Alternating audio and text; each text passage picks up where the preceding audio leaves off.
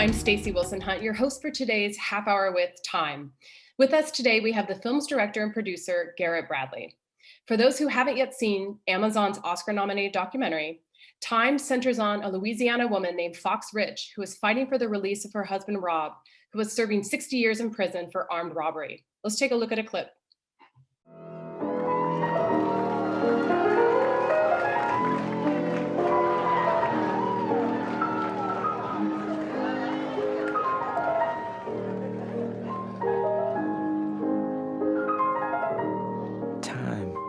Is influenced by our emotions.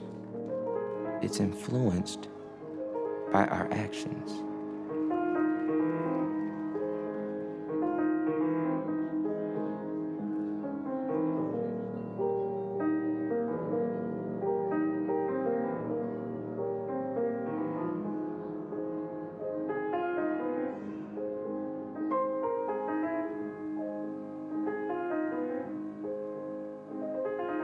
Time is when you look at pictures from when your babies were small, and then you look at them and you see that they have mustaches and beards, and that the biggest hope that you had was that before they turned into men, they would have a chance to be with their father. Such a beautiful film. That makes me want to watch it again. So lovely. Congratulations. And first of all, how does it feel to be an Oscar nominee, especially after the long journey on which you've been with this film? And it premiered at Sundance 2020. Is that correct? Yeah, it's like almost 15 months or something since then, which is so crazy. How does it feel? Well, first of all, thank you, Stacey, for talking to me. I'm so happy to be here speaking with you. I'm honored. Thank you. Yeah, how does it feel? I mean, it feels amazing. I think all of us, and it's not just me. I mean, it's a collective celebration of everybody's effort. It's making films is really hard work, and so to be recognized is incredibly gratifying after all of that hard work. But I think also in terms of like, what are the stories that are being told? What is the purpose of our making this film? It was to offer hope. It was to say that stories like this matter. And so I think the nomination for us is also very much feeling like it's a reflection of maybe a cultural consciousness on some level. And that's really, really exciting as well.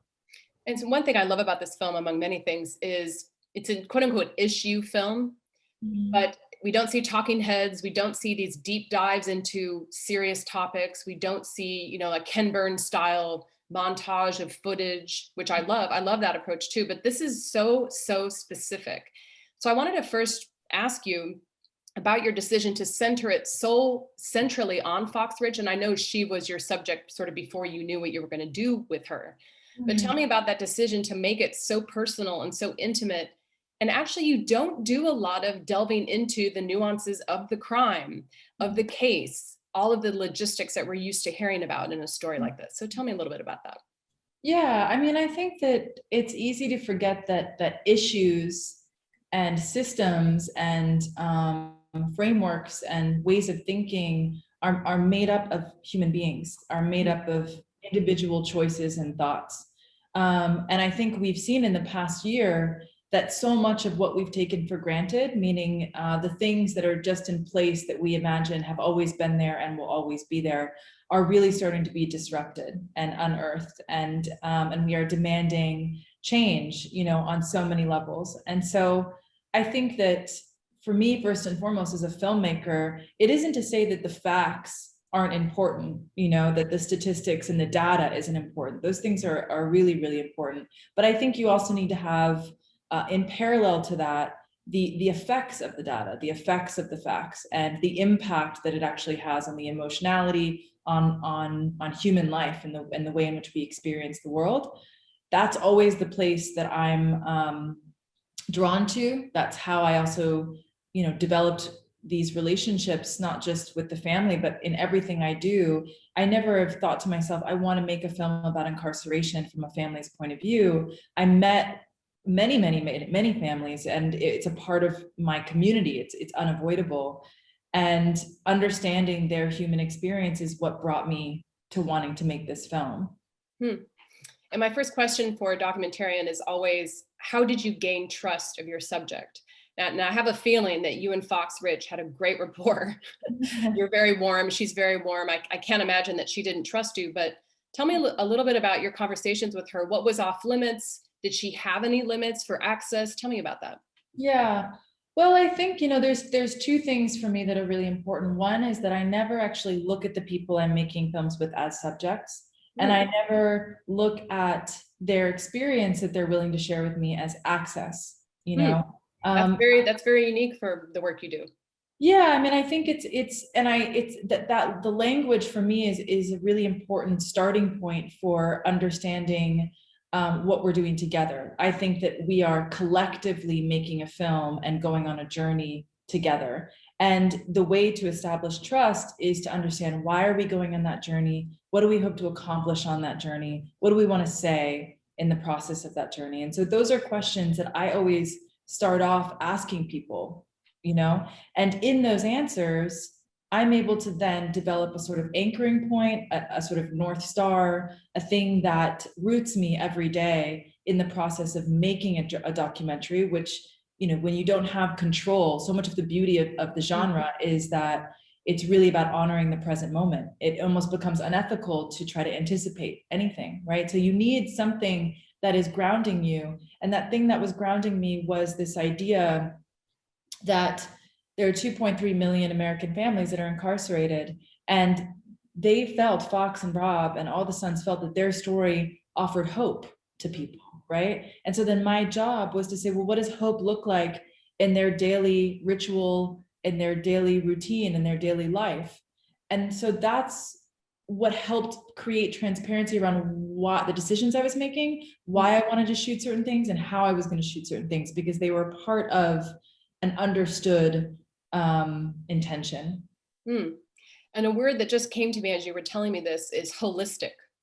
It feels very, maybe it's because I grew up in the Northwest surrounded by a lot of hippies, but it really feels like very organic in a way that is actually disturbingly rare when you think about the intimacy of this kind of work. And to be able to tell these kind of stories, wouldn't it be part and parcel for everyone to have this approach now that you're outlining it for me? I can't imagine how you would do it any other way, and I think that, yeah, I mean, I really can't imagine, and I think sometimes people think that they're ready to have cameras with them, and then it turns out that they're not. And I think that that's also totally okay. So that's part of the process. But, I think that unless you have a shared intention, and when I say intention, it also doesn't necessarily mean that you can promise anything. There's so much, again, that you don't know. We had no idea if the film, where it was going to go, who was going to see it, if it would get into a film festival, even. There's no promises. And so it's also about being transparent about what you don't know, just as much as what you do know. So you made two very beautiful, distinct choices with this film. Well, at least two that I can think of right now.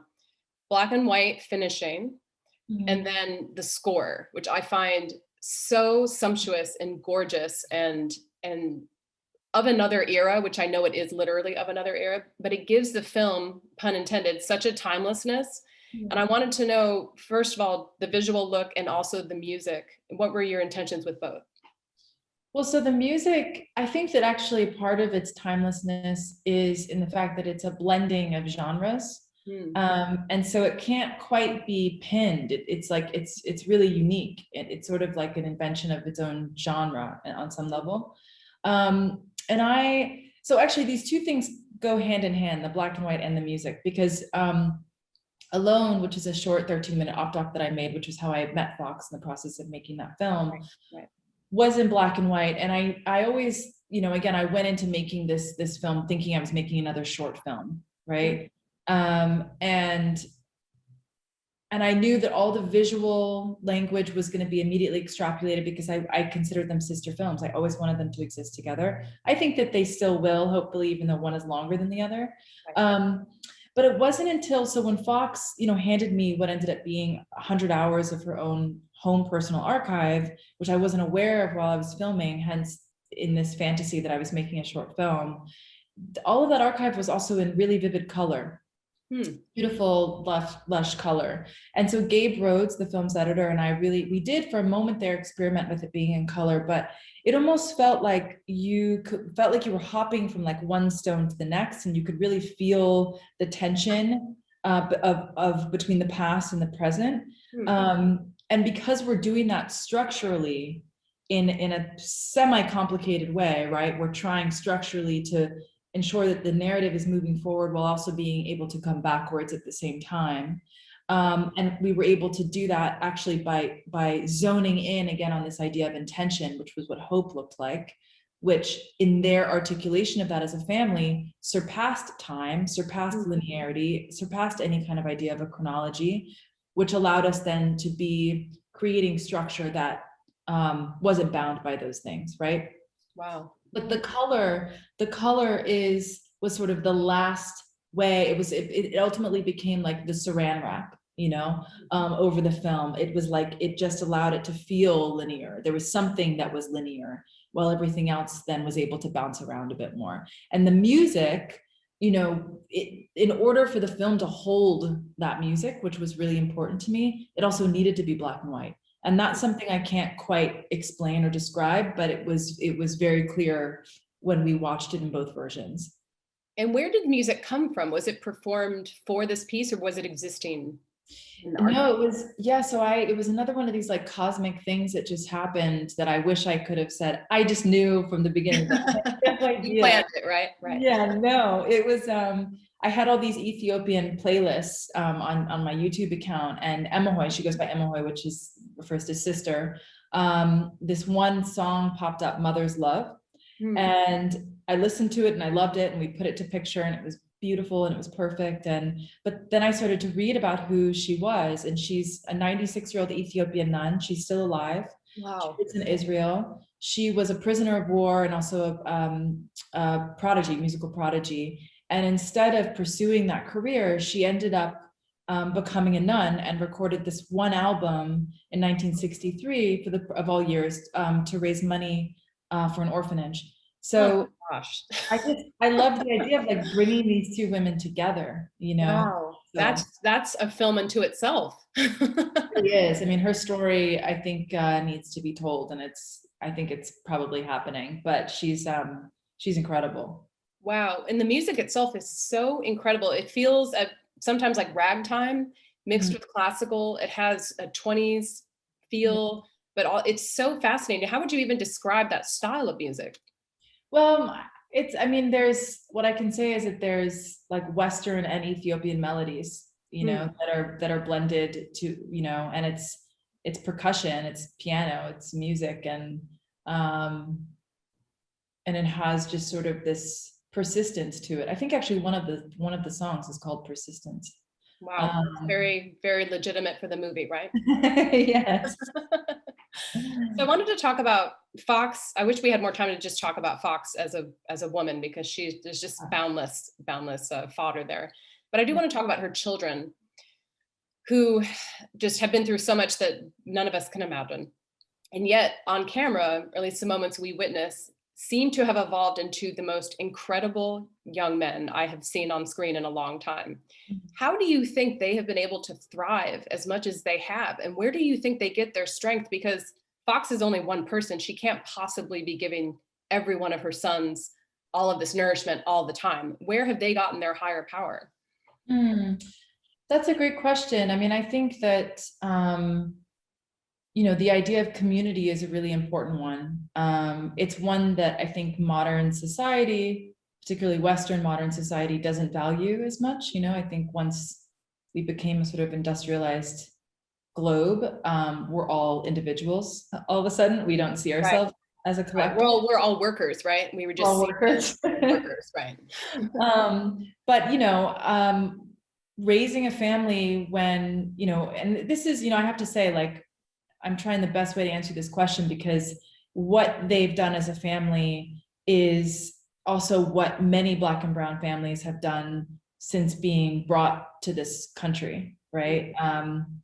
Which is combating the systematic separation of Black and brown families as a result of enslavement, as a result of now incarceration. Right. Which one would say is exactly the same thing. And so actually unity and staying together becomes not only a necessity, but a type of resistance. Mm. And it is also one that affects us intergenerationally, you know. So Miss Peggy, Fox's mother, was an integral part of taking care of the boys and keeping the family together, you know.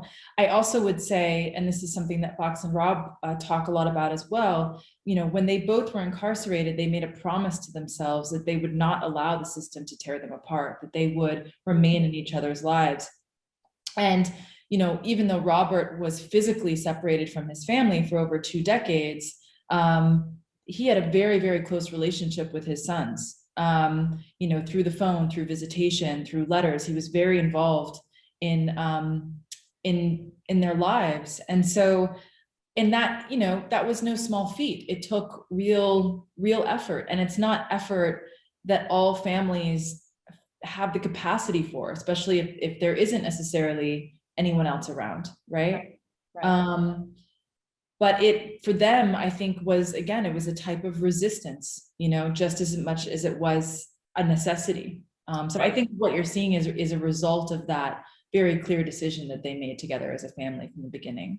Wow. And really the underlying strength is love. And as Rob says, life's only valid emotion, right? Was that the acronym he says? Yeah. And Yes. I love that. This guy, he seems like such a Renaissance man. He Yes. just seems to sort of have like art sort of oozing out of his pores. I can't wait to see how he's able now to spend his time. And that brings me to, how are they now?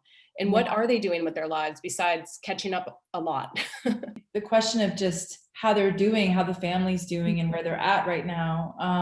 You know, I think that there's a lot of healing that's required, that's necessary, that isn't going to happen, you know, in 2 minutes. It's going to be an ongoing process. Right.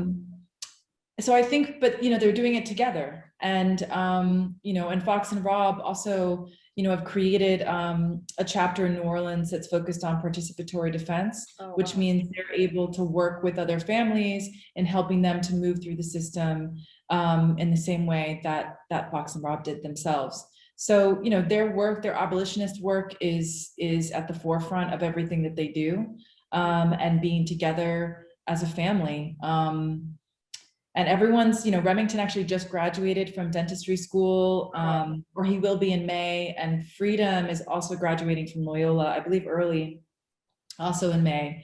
So everyone is continuing to be their beautiful, amazing selves.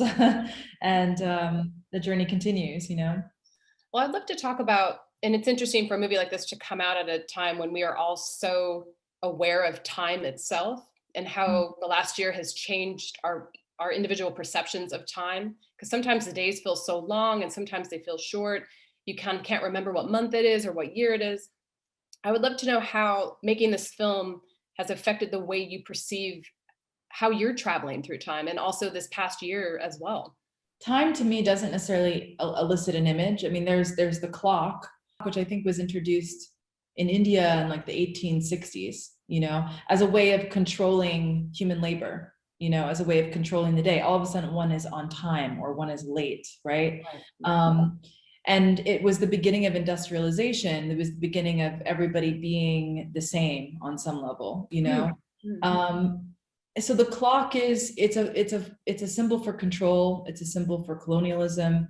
It's a weapon. So it's both very concrete and also really subjective and really abstract all at once, depending on which side of the clock, I guess, you're on, right? Right. If you're the clock watcher or the clock maker. Yes, or subjected to it or under it. And so, you know, I think that's, first of all, why I named the film that, because it was expansive in that way. My relationship to time actually in relative to COVID and relative to 2020, I don't know if I have so much to say about that as much as I do this idea that images I found when I was looking at the protests over the summer and participating in them, you know, to me, it was an echoing of sort of the brilliance of Emmett Till's mother, right? It was an echoing of the importance of the newsreel during the Vietnam War, right? Images hold systems accountable when sometimes nothing else will.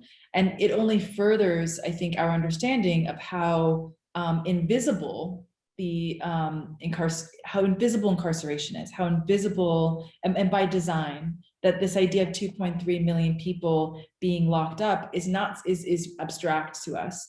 So I think that what has really become very clear to me as an artist, as a filmmaker, as somebody who wants a more just and transparent and loving world, it's about really focusing on the ability to see and really demanding sight around incarceration. And also I would say that I hope that many more films can root themselves in this place of the family, in this place of the effects, so that they can run in tandem and parallel to films like 13th, which are so critical, and which time we stand on the shoulders of that film, right? And that's where, as you said, it's holistic. That's the full circle. The human experience and the data need to exist with one another. And images are such a key part of that. So I think that's what the year has taught me the most. And they definitely are powerful companion pieces, because I thought a lot about what I learned from the 13th in watching this. And this film seems like a zoom in of, you know, just like one of the many cases that Ava featured in that film. It's sort of take a moment out and just an intimate zoom on one family's experience. And I think we see a lot. Change happens when politicians and people who are in power get to see the impact in a very specific, intimate way. And just recently, I thought about this when I was watching your film, the attack on transgender rights. And when we see people testifying, politicians who maybe have a trans child, they seem to make the most impact when it's impacting them personally. So it makes me think a lot about what can each of us do to personalize these stories when we go march and when we vote for the people we want to vote for who can help. What can we do as citizens to personalize these struggles better? Yeah, thank you for asking that question, because I think it's a really, it's embracing this simple notion of forgiveness, right? What is the role of forgiveness in your own personal life? You know, what do you need to forgive in your own life, whether that's of yourself or of the people around you, or decisions that you've made, right? That should really be at the bedrock of how society functions. And right now, and not even just now, but from the beginning of time, from the beginning of America, we have lived in a static society. You know, we are still living in a space where forgiveness is not the entry point for all things. So I think it starts there, is asking yourself, what is the role of forgiveness in your own life? How important is intimacy to you? How important is family to you? How would you feel if those things became privileges instead of rights? Right. And it's looking within, and then it's having an imagination. It's having the strength to imagine being somebody besides yourself. Right. It's a tall order for a lot of people right now. Yeah. And I think it's as simple as just sort of starting there. I think that part of what we're trying to work towards is getting past the shame, getting past the blame, getting past the defensiveness, so that we can really just be in the innate human experience, you know, of what we all actually want in life. And I think it was Fox who says in the film, desperate people do desperate things. Yeah. And I think when we start to think about criminals in that way and people who are incarcerated, no one would choose to have a life that unfolds this way. No one is consciously waking up or as a child saying, I'm going to spend my life in prison. So what do we do between that promise, that yet young life, and then the decisions that are made, and then what are the circumstances leading them to those decisions? And that, I feel like that's just so rarely discussed. And that's what I love about this movie, is that we don't dwell on those events, but we dwell on the desperation and how that led these two people to make a decision that they wouldn't have wanted to make. And I think that's really beautiful. Yeah, that's exactly right. It's well said. Thank you.